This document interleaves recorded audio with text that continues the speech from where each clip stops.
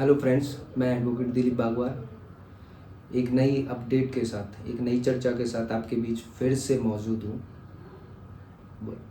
पिछले महीने से लेके अभी तक एक मुद्दा पूरे देश में व्याप्त है, वो है नीट स्कैम। इसमें पेपर लीक के मामले आए हैं।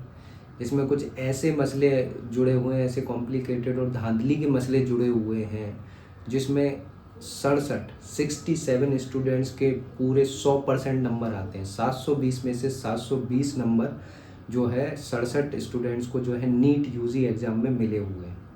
तो 5 मई को यह पेपर कंडक्ट हुआ था यूजी स्टूडेंट्स का, जो आफ्टर 12th एमबीबीएस बीडीएस जैसे एग्ज़ाम में बीडीएस जैसे कोर्स में जो है अपने आप को दाखिला चाहते हैं, उन्हें नीट के थ्रू जो है गवर्नमेंट कॉलेजेस मिलते हैं।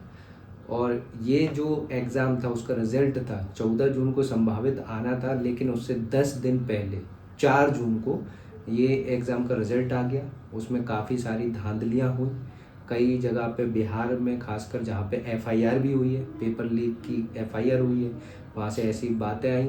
तो जब ये घटना पूरे मीडिया में आई और सारे लोगों को पता चला कि नीट के पेपर में जो है धांधली हुई है, तो बहुत सारी पिटीशंस जो है देश के माननीय सर्वोच्च न्यायालय में पहुंची। चूँकि जून का जो महीना होता है वो सुप्रीम कोर्ट में वेकेशन का टाइम होता है और उस समय वेकेशंस बेंच बैठती हैं, तो पिटीशंस तो लगी पर उन पर जो है बेहतर तरीके से या बहुत अच्छे तरीके से उतनी सुनवाई नहीं हो पाई। और सुनवाई की जो डेट निर्धारित की गई आफ्टर वेकेशन वो 8 जुलाई यानी कल थी। कल सुप्रीम कोर्ट के सीजीआई वाले कोर्ट में, चीफ जस्टिस ऑफ इंडिया का कोर्ट नंबर 1 में आइटम नंबर 31 था।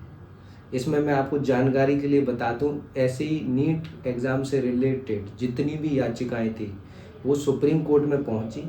उनमें 34 याचिकाएं स्टूडेंट्स, कोचिंग इंस्टीट्यूट और लॉयर्स के माध्यम से जो है पिटिशनर के तौर पे डाली गई हैं, जबकि 4 याचिकाएं जो हैं एनटीए, जो कि एग्ज़ाम कंडक्टिंग अथॉरिटी है, उसने डाली हुई थी।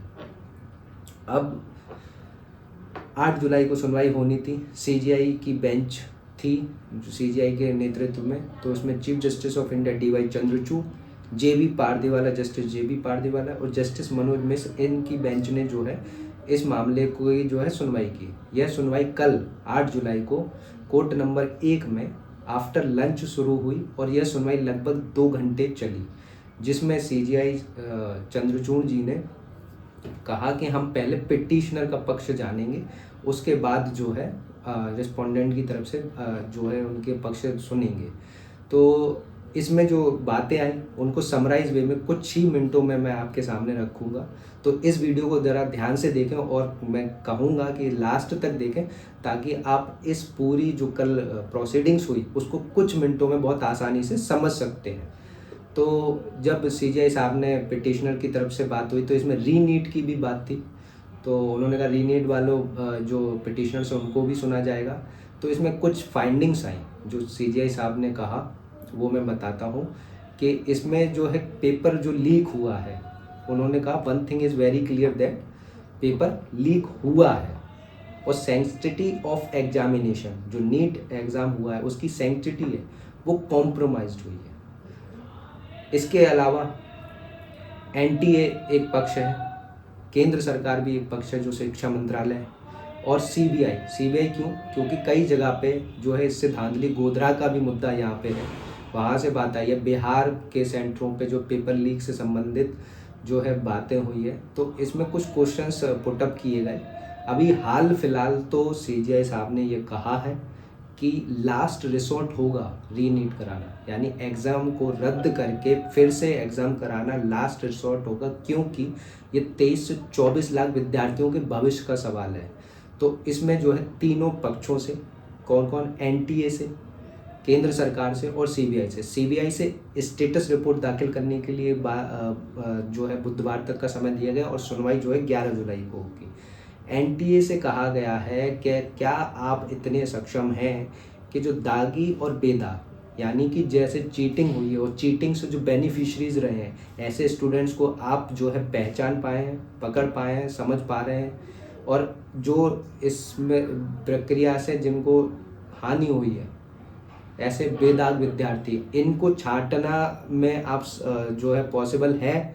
अगर पॉसिबल नहीं है तब हम जो है रीनीट करा सकते हैं, पर साथ में ये भी स्पष्ट किया कि ये लास्ट रिसोर्ट होगा।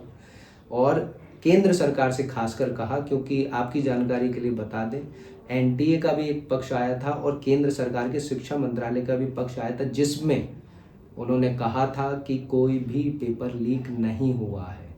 तो इसमें बेंच ने कहा कि सरकार जो है सेल्फ डिनायल मोड में नहीं रहा, बहुत ही क्लियर है कि पेपर लीक हुआ है। अब बात यह है कि किन आधारों पे रीनीट होना चाहिए या फिर से एग्जाम होना चाहिए, तो वो कितना वाइड हुआ है, उसका कितना प्रभाव रहा है पेपर लीक का।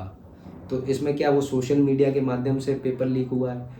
पेपर लीक का जो इंसिडेंट है वो पेपर होने से, जो पेपर कंडक्टिंग टाइम था उसके होने से एक दिन पहले हुआ है या कुछ घंटों पहले हुआ है? उसमें सोशल मीडिया का इस्तेमाल हुआ कि नहीं हुआ? ऐसे सारे सवालों को पूछते हुए बेंच ने कहा कि अगर ये सवालों के सही सही जवाब नहीं आते हैं तो हम एक लास्ट रिसोर्ट के रूप में जो है अपना जो है रीनीट करा सकते हैं। तो अब कल यानी बुधवार को सीबीआई को स्टेटस रिपोर्ट देना है, इनको डाटा एनालिटिक्स की हेल्प लेके, जिसके लिए सीजीआई साहब ने कहा भी कि आप ऐसा कर सकते हैं कि डाटा एनालिटिक्स की हेल्प लें और उसके माध्यम से जो 2 प्रकार के छात्र हैं, चीटिंग से जो बेनिफिशरीज हुए हैं और जिनको हानि हुई है, इन दोनों को अगर आप छांटने सकते तो छांटे, और अगर छांटना संभव नहीं होगा तब हम दूसरे पक्ष पे जो है विचार करेंगे कि रीनीट होना चाहिए। तो ये 2 घंटे की वहाँ पे प्रोसीडिंग्स चली, और जब बात इस तरीके पे आई थी कि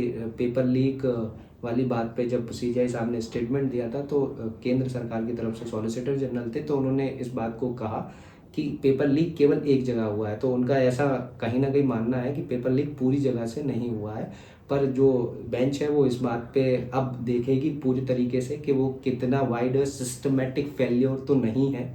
अगर सिस्टमेटिक फेल्योर है तो ये रीनीट होने के चांसेस ज़्यादा हैं। वो इसलिए क्योंकि इससे पहले भी 2015 के साल में जो है AIPMT का जो पेपर है वो सिस्टमेटिक फेल्योर के बेस पे हुआ था। तो अगर ये डिटेक्ट हो जाता है कि ये सिस्टमेटिक फेल्योर है तो रीनीट होने के चांसेस ज़्यादा हैं। तो यही मैंने जो ओवरऑल जो वहाँ पे मेन बातें थी उसकी समरी आपको दे दी है।